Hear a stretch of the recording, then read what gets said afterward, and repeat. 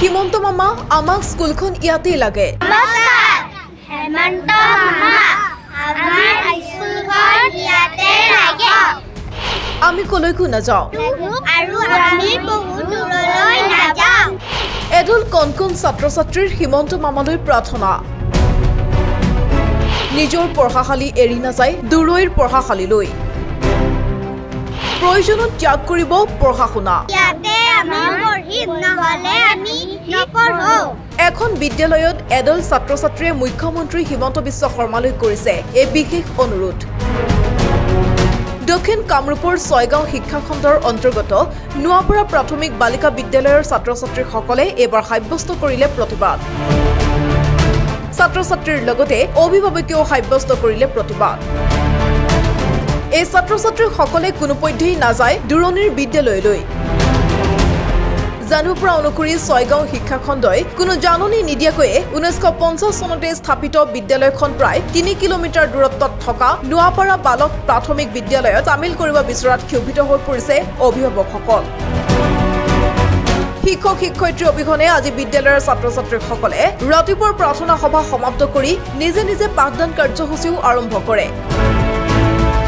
ইয়াৰ পিছতেই ছাত্ৰ ছাত্ৰী আৰু অভিভাৱকে মিলি বিদ্যালয়ৰ শ্ৰেণীকোঠাকে ধৰি বিদ্যালয় চৌহদো চাফ চিকুণ কৰে। শেষত নিজৰ পঢ়াশালীতে পাঠদান বাহাল ৰখাৰ দাবীত ছাত্ৰ ছাত্ৰী অভিভাৱকসকলে বিদ্যালয়ৰ চৌহদত বিভিন্ন শ্লোগান দি প্ৰতিবাদ সাব্যস্ত কৰে। আৰু এই প্ৰতিবাদৰ খবৰ পাই ছয়গাঁও শিক্ষাখণ্ডৰ CRC নয়ন দাস উপস্থিত হৈ বিষয়টো শিক্ষা বিভাগৰ উচ্চ পৰ্যায়ক অৱগত কৰাৰ আশ্বাস দিয়ে। আমি এইখন স্কুলতে পঢ়িম আৰু আমি ইয়াতে পঢ়ি ভাল পাইছো আৰু বহুত দূৰলৈ আমি নাযাওঁ।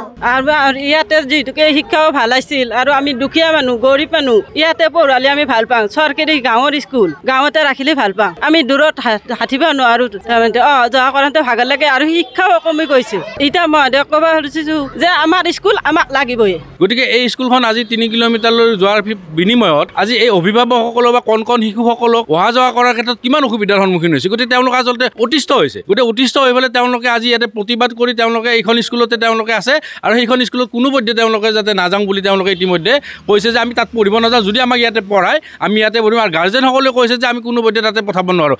আজি চৰকাৰী স্কুল মৰি যোৱাৰ সময়ত চৰকাৰী স্কুলত গাৰ্জেনসকলে নিজৰ ল'ৰা ছোৱালীক এডমিশ্যন দিব টান পায়, কিন্তু ইয়াৰে গাৰ্জেনসকলে সচেতন হৈ স্কুলখনৰ প্ৰতি শ্ৰদ্ধা জনায় বা স্কুলখনৰ শিক্ষকৰ প্ৰতি সন্মান জনায় বা শিক্ষাৰ প্ৰতি সন্মান জনায় তেওঁলোকে ইয়াতে এডমিশ্যন দিছে। আৰু তেওঁলোকৰ যি ওপৰৰ ল'ৰা ছোৱালী প্ৰাইভেট স্কুলত পঢ়িছিলে কিন্তু তাৰ পিছতো ইয়াৰে শিক্ষা ভাল দেখি পেলাই তেওঁলোকে তলৰ ল'ৰা ছোৱালীখিনিক ইয়াতে এডমিশ্যন দিছে। গতিকে তেনে পৰিপ্ৰেক্ষিতত যদি চৰকাৰে এনেকুৱা হঠকাৰী সিদ্ধান্ত কৰি কণ কণ শিশুসকলক যদি এটা মানে শাস্তি দিয়াৰ ব্যৱস্থা কৰা হয় এইটো কথা দুৰ্ভাগ্যজনক বিষয়। গতিকে মই চৰকাৰক আৰু বিভাগীয় কৰ্তৃপক্ষক মই সচেতন নাগৰিক হিচাপে জাতীয় সেনাৰ সভাপতি হিচাপে মই দাবী জনাইছোঁ যে অতি শীঘ্ৰে এই স্কুলখন ইয়াতে বাহাল ৰাখক। ইয়াতে আন্তঃগাঁথনিৰ কোনো অভাৱ নাই। গতিকে ইয়াতে বাহাল ৰাখি কণ কণ ছাত্ৰ ছাত্ৰীসকলৰ লগতে অভিভাৱকসকলক যাতে শান্তিৰ নিশ্বাস এটা দিবৰ কাৰণে মই চৰকাৰক আৰু বিভাগীয় কৰ্তৃপক্ষক আৰু উপায়ুক্ত মহোদয়লৈ আমি দাবী জনাইছোঁ।